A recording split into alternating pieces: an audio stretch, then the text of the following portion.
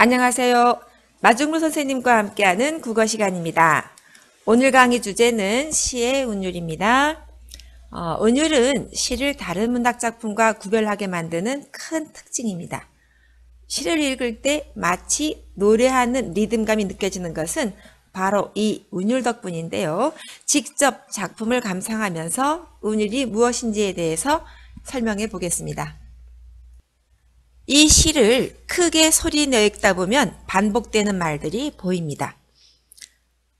문장의 끝에서는 불어라의 형식이 반복되고 포근포근, 살랑살랑과 같이 소리나 모양을 나타내는 말들이 반복되고 있죠. 그리고 윤석중이 먼 길이라는 시에서는 아기와 아빠와 같은 단어의 반복, 그리고 문장의 끝에서 가려고, 계시고, 자려고, 앉아고에서는 고라는 소리가 반복되고 있습니다. 앞에서 배운 박목걸이 봄바람에서는 불어라, 포근포근, 살랑살랑, 윤석중이 먼 길에서는 아기, 아빠, 문장이 끝에 반복되는 말처럼 시의 운율은 반복을 통해서 만들어지는 말의 가락을 운율이라고 합니다. 자, 이러한 반복에 의해서 리듬감이 느껴지고 시의 내용이 강조되기도 합니다.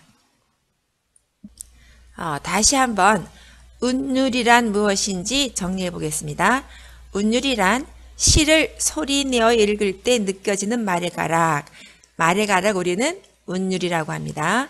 자, 운율은 시에서 같은 말이 반복될 때 만들어지고, 이러한 운율의 사용은 시에서 리듬감을 느끼게 해주고 내용을 강조하는 역할을 하기도 합니다. 그러면 시에서 운율은 어떻게 만들어지는지에 대해서 살펴보겠습니다. 운율을 형성하는 방법에는요, 같은 소리나 비슷한 문장 구조가 반복될 때, 일정한 글자 수가 반복될 때, 또 일정한 음보가 반복될 때, 또는 같은 단어나 비슷한 구절이 반복될 때, 그리고 마지막으로 시에서 의성어와 의태어를 사용해도 운율이 형성되는데요. 직접 시 작품을 감상하면서 차근차근 하나씩 살펴보도록 하겠습니다. 김영랑의 돌담에 속삭이는 햇발이라는 시를 읽어보면 돌, 발, 풀, 물, 길, 이처럼 리을 소리가 반복되고 있습니다. 그 다음에는요, 속삭이는, 웃음 짓는, 떠오는, 젓는. 자, 여기에서는 니은 소리가 반복되고 있습니다. 샘, 봄, 부끄럼, 가슴. 네, 여기에서는 미음 소리가 반복되고 있고요. 같이 할 때 이응 소리가 반복되고 있죠. 자, 이와 같이 니은, 리을, 미음, 이응은 목청을 울리면서 나는 소리인데요. 이런 소리를 우리는 울림소리라 하고, 이 시에서는 울림소리, 니은, 리을, 미음, 이응이 반복되면서 운율을 형성하고, 울림소리가 반복되면서 이 시의 분위기를 부드럽게 해주고 있다고 말할 수 있습니다. 자, 울림소리의 반복 외에도 이 시에서는 비슷한 문장 구조가 반복되고 있는데요. 시를 전체적으로 봤을 때 나타나고 있는 문장 구조를 보면 돌담에 속삭이는 햇발같이, 풀날에 웃음 짓는 샘물같이, 이 두 행의 문장 구조와 새약시 볼에 떠오는 부끄러움같이, 시의 가슴에 살포시 젖는 물결같이, 자, 이 두 행 사이에는 뭐뭐의 뭐뭐는 뭐뭐 같이라는 문장 구조의 형식이 반복되고 있음을 알 수 있습니다. 자, 그래서 이런 비슷한 문장 구조의 반복은 이 시에서 리듬감을 형성하고 이렇게 동일한 문장 구조를 반복하면서 만들어진 리듬은 독자들에게 또한 친근한 느낌을 선물해 주기도 합니다. 정리하겠습니다.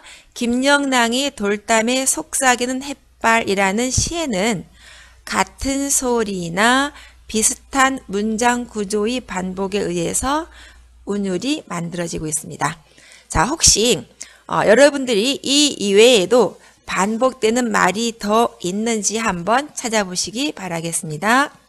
다음은 국어교과서 16쪽에 있는 김억의 연분홍이라는 시를 감상하면서 운율이 어떻게 만들어지는지 살펴보겠습니다.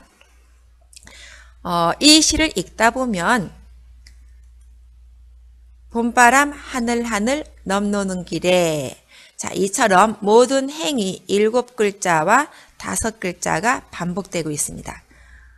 이러한 일정한 글자 수의 반복은 시에서 규칙성을 갖게 하고 시에서 7, 5조라는 운율을 느끼게 해줍니다. 정리하겠습니다. 김억의 연분홍이라는 시에서는 모든 행이 7글자와 5글자가 반복되면서 7, 5조의 운율을 형성하고 있음을 알 수 있습니다. 그러면 이 시에서는 7, 5조의 글자 수의 반복 외에 다른 반복은 없는지 한번 여러분 살펴보시기 바라겠습니다. 이 시를 한 번 더 크게 소리내어 읽어보겠습니다. 봄바람 하늘하늘 넘노는 길에 연분홍 살구꽃이 눈을 틉니다. 연분홍 송이송이 못내 반가와 나비는 너울너울 춤을 춥니다. 자, 어때요? 각 행을 3번씩 끊어 읽게 되죠? 자, 그래서 이 시에서는 각 행을 3번씩 끊어 읽는 3음보가 반복되면서 운율을 형성하고 있다고 말할 수가 있습니다.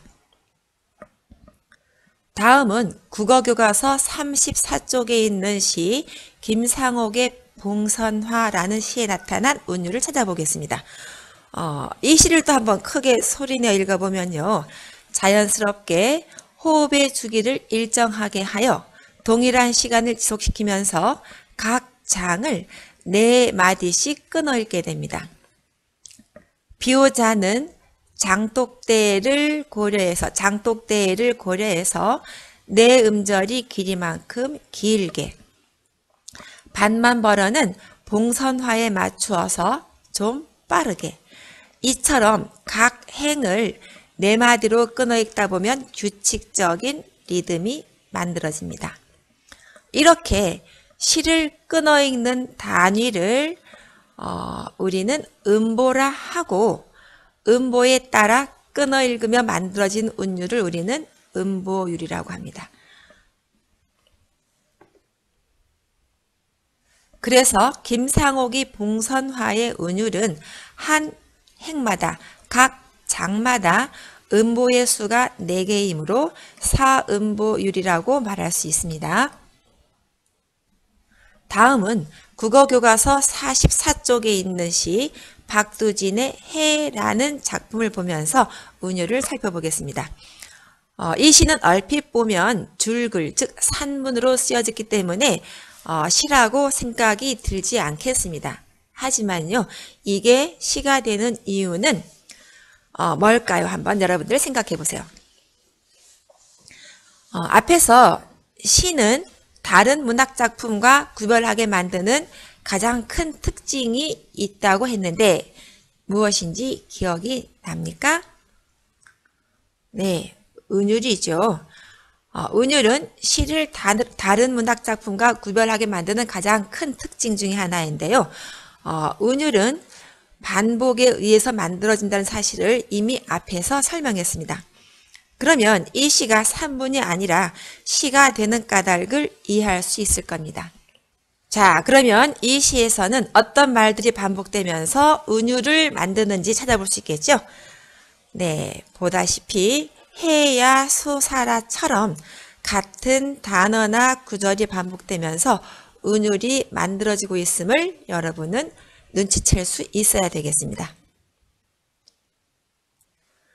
윤동주의 시 봄에는 은율을 형성하는 새로운 특징이 있어요.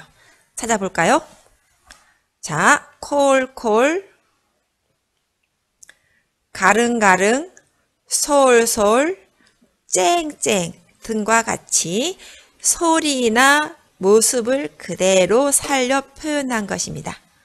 자, 이렇게 소리나 모습을 그대로 흉내낸 말을 각각 의성어, 의태어라고 하는데 이 시에서는 의태어와 의성어와 의태어가 사용되어서 리듬감을 형성하고 이 시의 장면이나 상황을 생생하게 그려내주고 있습니다.